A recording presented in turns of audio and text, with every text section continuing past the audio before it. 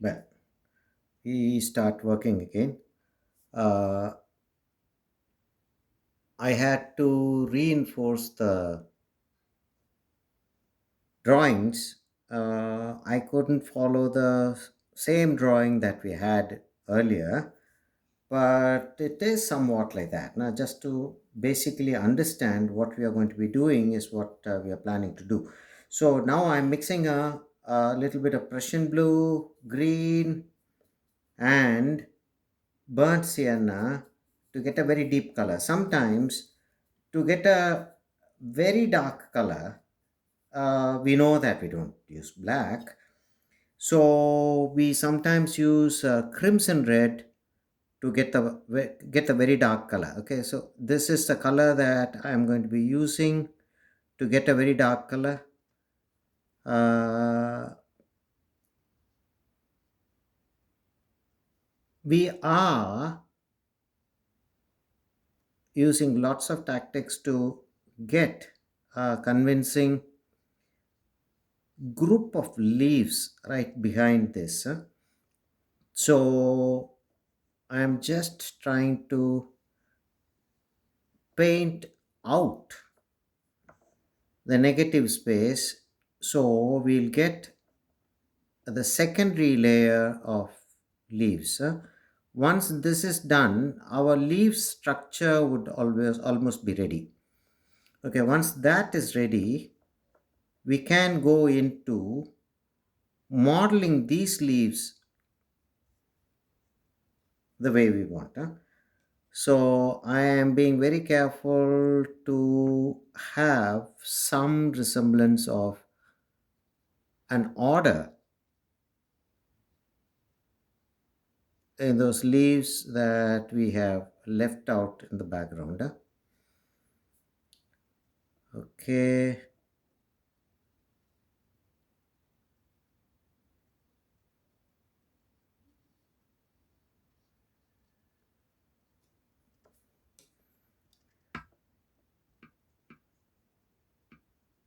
I'm sure you have understood what I'm trying to do. I'm trying to cut out the negative space so that the earlier darker tone that we painted brings out a set of leaves. These those are underneath this, underneath the leaves that we have already painted, and we can always add a little bit of shade here and there and give a dimension to the leaves which are underneath as well as the leaves which are right here. Okay, you will understand what I'm talking about when we go closer to the setup.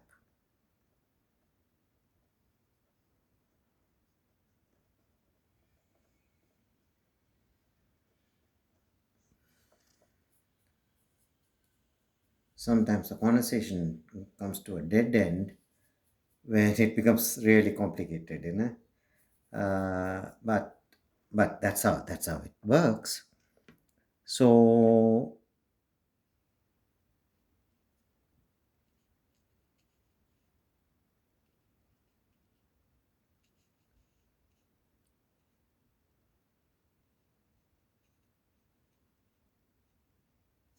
let's try to keep the continuity, no, the continuity of the leaves as much as possible. It's not always easy to get a perfect setup. We should try to get that, but that will take uh, what should I say, a very careful planning and a need for that planning, you know. We need to have that. Sometimes we need to have that, sometimes we don't need to have that. This situation seems that we don't need to have that kind of a perfection. Sounds bad, but that's the truth.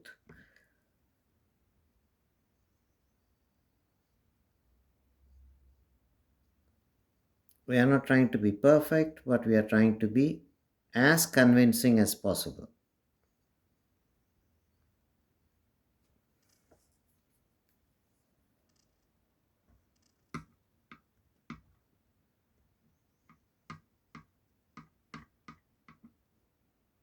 as convincing as possible itself is very difficult.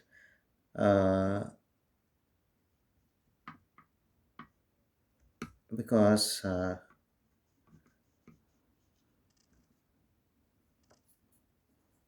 you can see that the leaves are forming a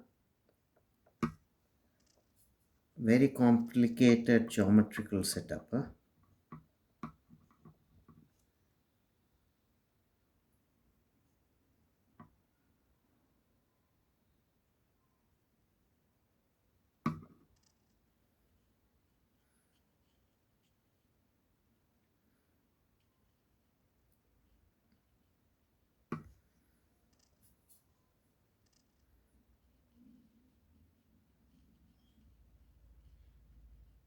These lines, if they have a continuity, even if they are not perfectly set up, they will give a convincing uh,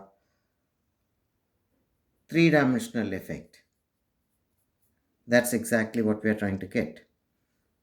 I'm trying to avoid painting on the right side of the painting so that I don't by mistake keep my hand on top. Uh, that's very important. Where we paint and what we leave and what we don't leave.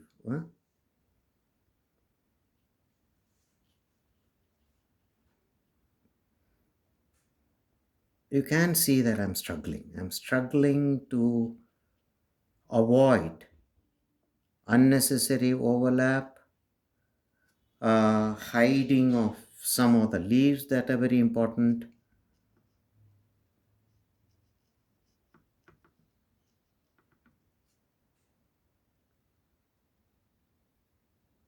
I don't know what to do there. Let me just put it like that.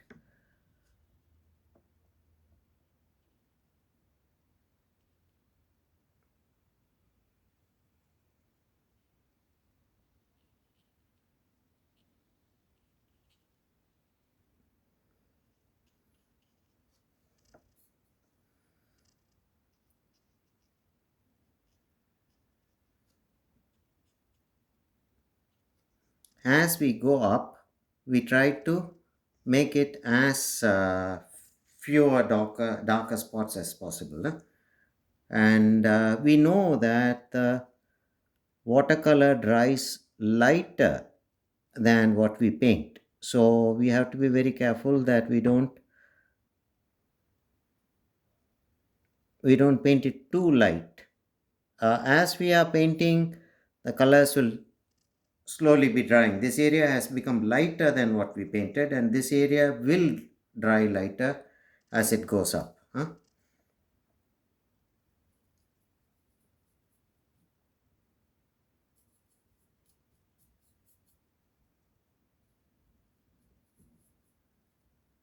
In some areas, the colors are going to be pretty dark, and some areas they are going to be bright green. Okay.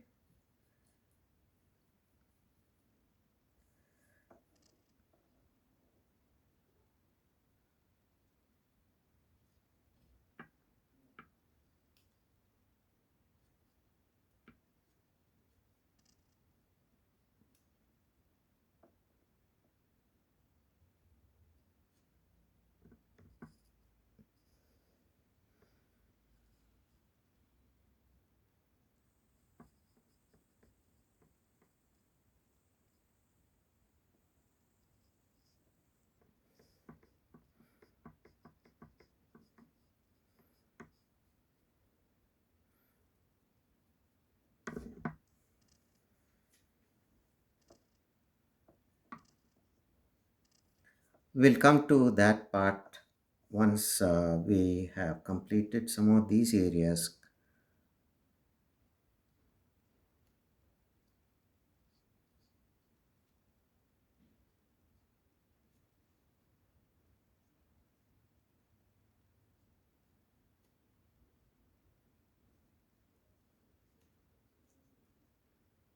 I'm just make it look as if there is one more layer of darker leaves out here, which might not be very visible, but we can't afford to leave it as it is now, because that is what is going to be helping us when we are going to be shading the darker leaves for the dimension. Huh?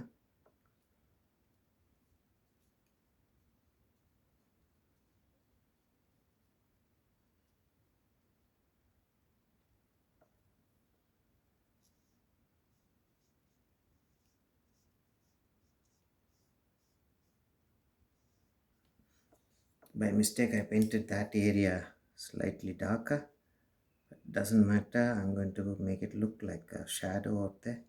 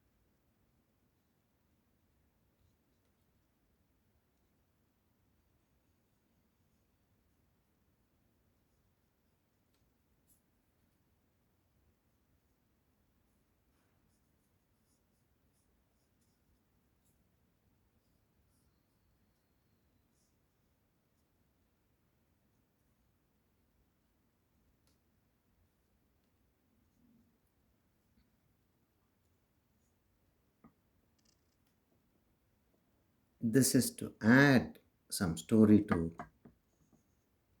these leaves.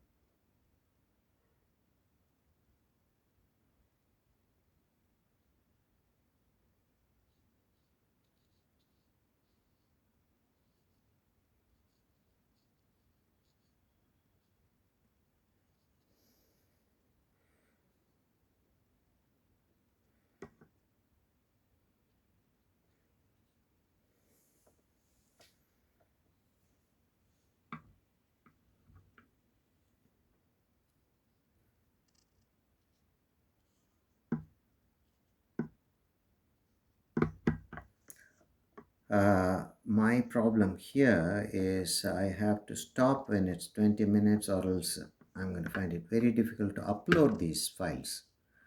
Uh, but as I am painting, I'm totally into creating the dimension rather than thinking about how long I have painted, you know. So that becomes a very big uh, difficulty out here for me. Uh, but let me try to do as well as possible.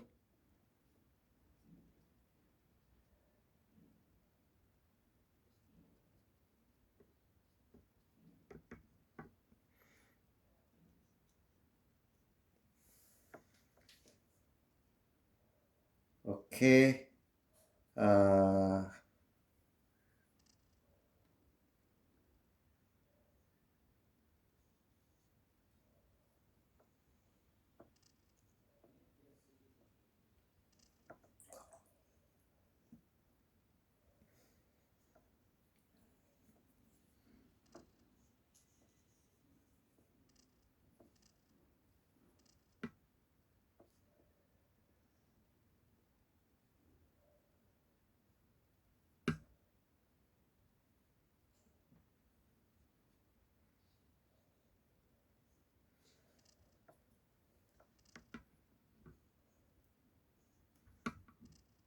See, these leaves give another linear dimension,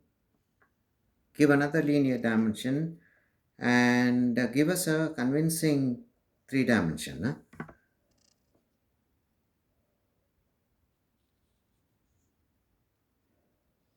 Okay, once we have done this, we can go to the top. While this is drying, we can think of what to do at the top, and we slowly come down and give the leaves some dimension, huh?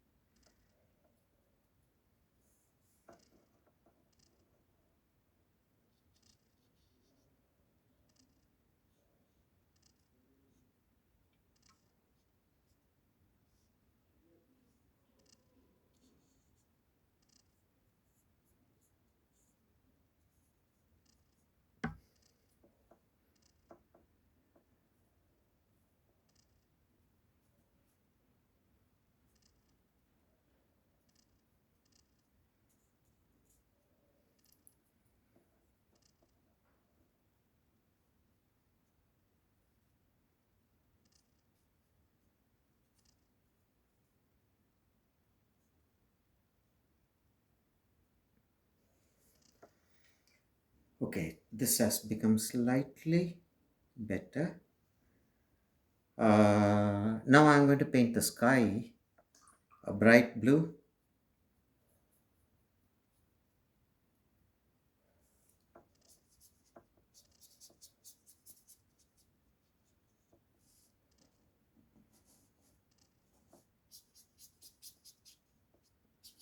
and I have to keep the paper inside the camera's view, huh?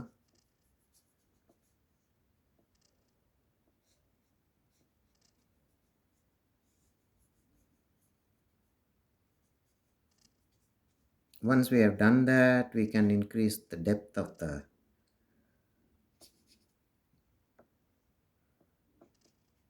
leaves, the bright leaves, and the blue leaves.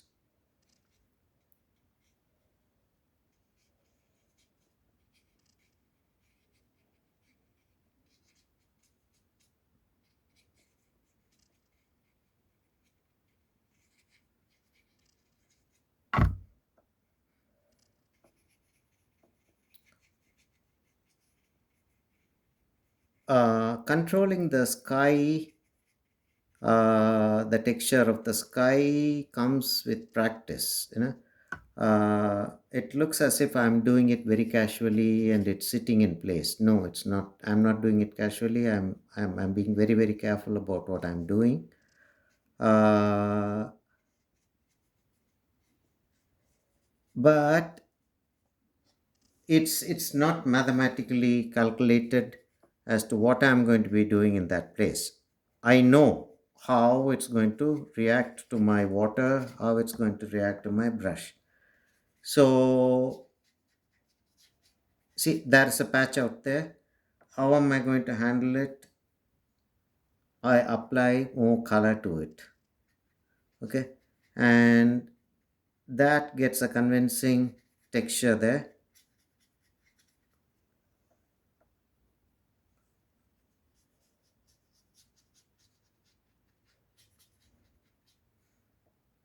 That's a pretty open area. Unfortunately, my blue is running out. So I have to take more blue.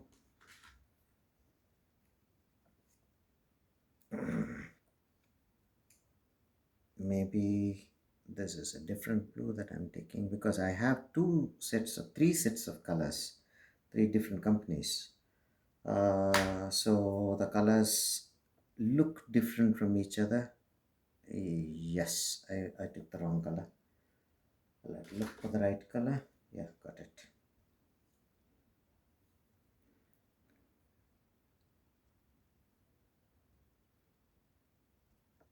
Okay.